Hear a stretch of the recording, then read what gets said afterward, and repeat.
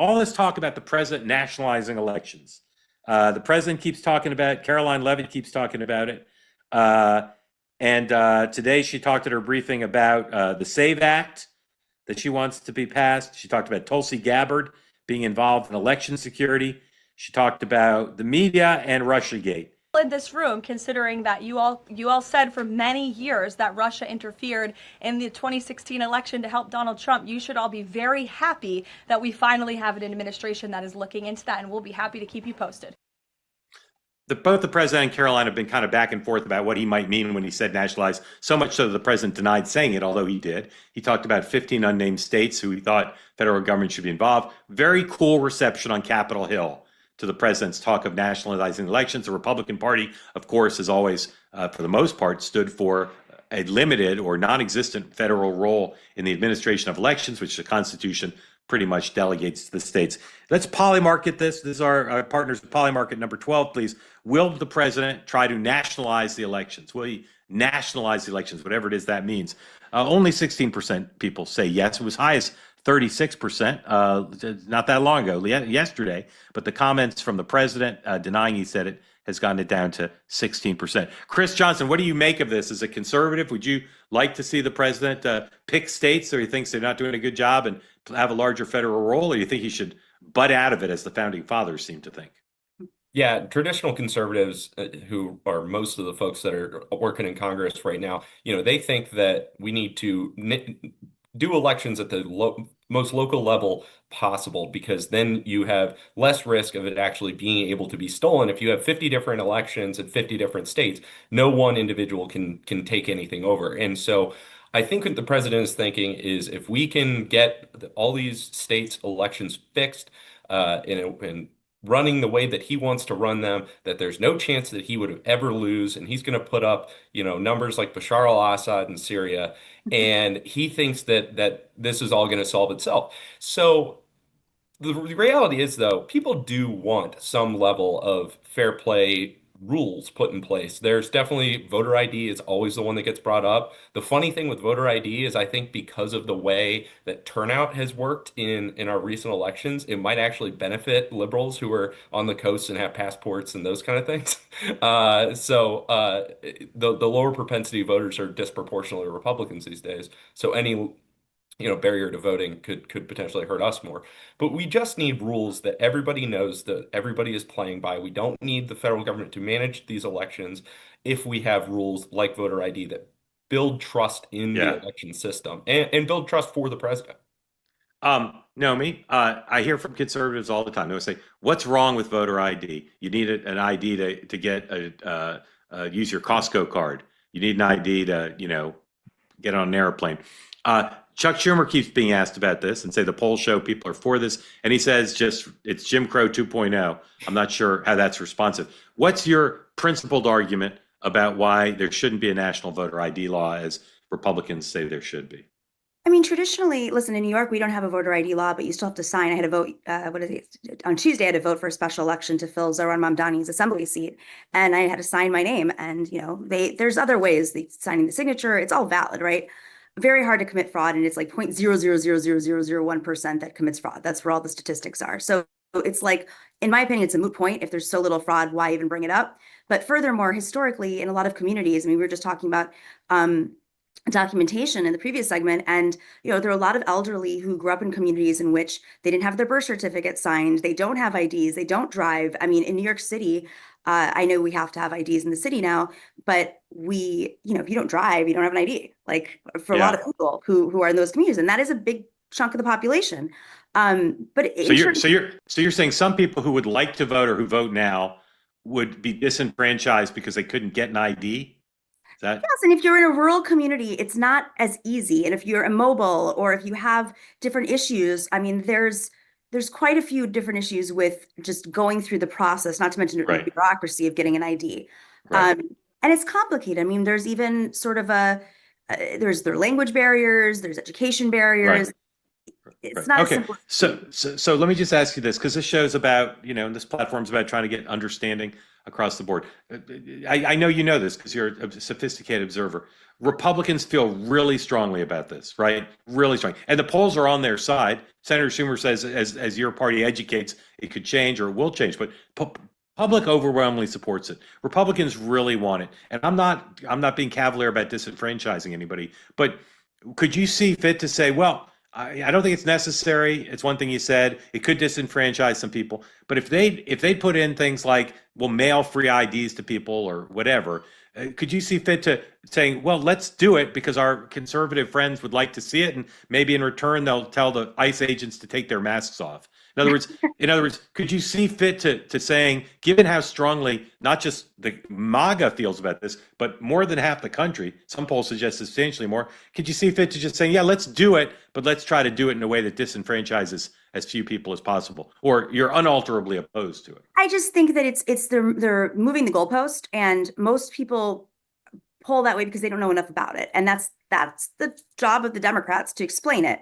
But furthermore, I mean, if we really want to talk about voter fraud, like that the voting machines are flawed. We know that they've been investigated. There was a massive investigation in key states in 2016 and in 2000 after 2020 with these voting machines. There are people who want to do voting online that shouldn't even be on the table because we know how easily things can be hacked. If we really want to have a fair elections, we wouldn't be gerrymandering the way we were. We'd be more concerned with, the Republicans constantly trying to take over these legislatures. So there's gerrymandering. I mean, if Democrats want to refocus the narrative on voter fraud, let's talk about actual voter fraud, not the 0.000000001% that's due to IDs. Right. Right. So, Chris, do you accept Nomi's characterization, whether she put enough zeros in or too many zeros, that there really isn't widespread voter fraud in this country? There's no evidence of that, right? Right. The widespread voter fraud is something that we would definitely notice and see, but it's less about, is there, this widespread voter fraud, or is this the perception that our elections could be hacked or stolen or whatever? And so if doing something as simple as putting voter ID in place gives people that reassurance that everything is copacetic, everything's good and above board, that trust in elections could mean a lot, because we saw what happens when people don't trust elections, and that's what unfortunately happened on January 6th. But this is the problem with Democrats as a policy matter. If you're just constantly legislating off of edge cases, if you're constantly legislating off of the exceptions rather than the rule, you're going to make policy that's really bad for a lot of people. And I understand the concern about marginalized people and all that kind of stuff, but that seems like a really rare thing. And also, just as a political matter, this has been a problem for Democrats for years, is taking the 20 side of an 80-20 issue. We've seen it on many issues where there is an obvious 80-20, 90-10 split, and Democrats take the minority position for reasons that seem inexplicable to me, and I just don't get it. Chris, I take your point, but let me ask you this as a mirror image of what I asked Nomi. Given that the Democrats' frequent objection, like Senator Schumer said, what if you're a woman who gets married and changes your name and you don't have an ID that matches your name? What if Republicans led with, we have two principles. We want to not disenfranchise anybody, and we want to have voter ID to restore confidence, and the public wants it. But talk about all the ways they're going to make it possible for people to not be disenfranchised. I know sometimes it comes up. They say we'll make IDs free. If you don't have a driver's license, you get a free state ID. But wouldn't it be more sellable and better public policy to say, here's a laundry list of, we've listened to Nomi and other Democrats. Here's all the ways we hear people could be disenfranchised. Let's assure the public we're going to do all these things.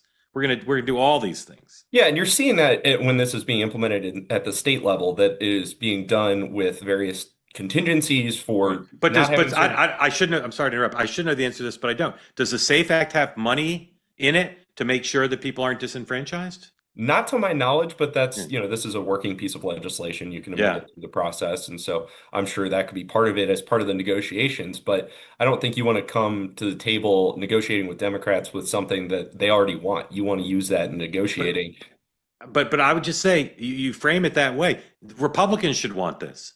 Republicans should want it not just to make it more sellable to get 50 votes, 60 votes in the Senate, but Republicans shouldn't want to risk anybody being disenfranchised. Just as you said, Nomi says very low voter fraud. You say very low rate of disenfranchisement with this, but it's not zero in either case. But it's not And, just and there's probably more people who would be disenfranchised than there are people who vote with fake IDs or vote without IDs. Yeah, I wouldn't want to guess on the numbers there, Yeah, but again, this is not just about stopping voter fraud. It's making people believe that there is a lack of voter fraud because so many people, especially conservatives, believe that there are people voting that should not be or are not who they say they are or not from this country. And if that's not true, then this is fine. It doesn't disenfranchise anybody. right. And it's just creating that trust in the system that we desperately need. And mind Right. you, the election denial stuff is not great. Obviously we need to get away from that kind of stuff. But this is something that Democrats have done in the past too. And I know it's a tired talking point, but it is true. And so if Democrats want to convince their voters that everything is above board, they could get on board with this as well. But again, going back to the disenfranchisement thing, if they really want to solve this problem, they should come to Republicans and say, "Hey, we're good with this if you send out state Yeah. IDs or have some other, solution." Nomi, last word on this topic, if you have one. I mean, this conversation brushes up against Trump's, I'm not an expert on what's happening, but this endeavor where he wants to, block people from having passports now. Like I got a notice the other day from the consulate saying if you need to get the Greek consulate, you need to come in soon before they potentially enact these changes. Women who are in the process of getting married, they're like, change your ID before this. And there's some actual real stuff here that it's brushing up against in terms of ID. And I think just thinking about what this means in terms of a greater conversation about these Yeah. ID laws and ICE. Yeah, absolutely. A Cozy Earth pajamas available to you now. A famous pajama set, bamboo pajama set, it was sold out over the holidays. And probably many of you were clicking on the thing over and over again, hoping they'd come back in stock. They didn't, but they have now. And members of the two-way community, well, you can get one for free. Buy one, get one free of their bamboo pajama set. Maybe Valentine's Day gift if you'd like. And they say they won't offer it any other time. Just a couple more days. Go to cozyearth.com, promo code two-way BOGO, buy one, get one. Two-way BOGO at cozyearth.com. Get two pajama sets for the price of one, designed to drape beautifully and sleep cooler than cotton.